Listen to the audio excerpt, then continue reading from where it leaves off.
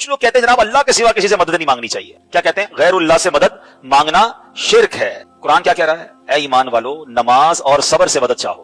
نماز اللہ ہے؟ جواب دیجئے نا. صبر خدا ہے؟ نہیں.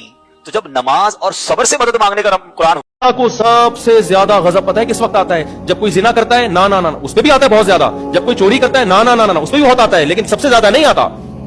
جب کوئی ماں باپ کا دل دکھاتا ہے، اس پہ بھی بہت غضب آتا ہے، سب سے زیادہ نہیں آتا. جب کوئی نماز چھوڑتا ہے، یقیناً بہت غصہ آتا ہے، سب سے زیادہ نہیں آتا. جب کوئی قتل کرتا ہے، بہت غصہ آتا ہے، سب سے زیادہ اس پہ غصہ نہیں آتا. جب کوئی چوری کرتا ہے، اس پہ بھی بہت غصہ آتا ہے، سب سے زیادہ غصہ نہیں. سب سے زیادہ غضب اللہ کو اس وقت آتا ہے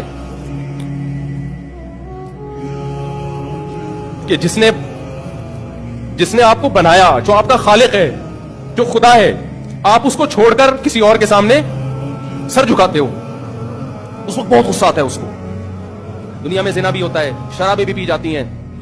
اللہ نے ان جرموں پہ سزا رکھی ہے آخرت میں، لیکن اس سزا پانے کے بعد آپ جہنم سے نکل جاؤ گے. بے نمازیوں کو بھی سزا ملے گی، جہنم میں جلیں گے. سزا ختم ہونے کے بعد بولو نکال دیے جاؤ. جو ماں باپ کے نافرمان تھے، سزاؤں میں جلیں گے. سزا ختم ہونے کے بعد بولو نکال دیے جائیں گے. جنہوں نے زنا کیا سزا ملے گی، نکل جائیں گے. سود خور سزا ملے گی، نکل جائیں گے. جو خدا کے علاوہ کسی اور در پہ جھکے، کسی اور سے مرادیں مانگنا شروع کر دیں.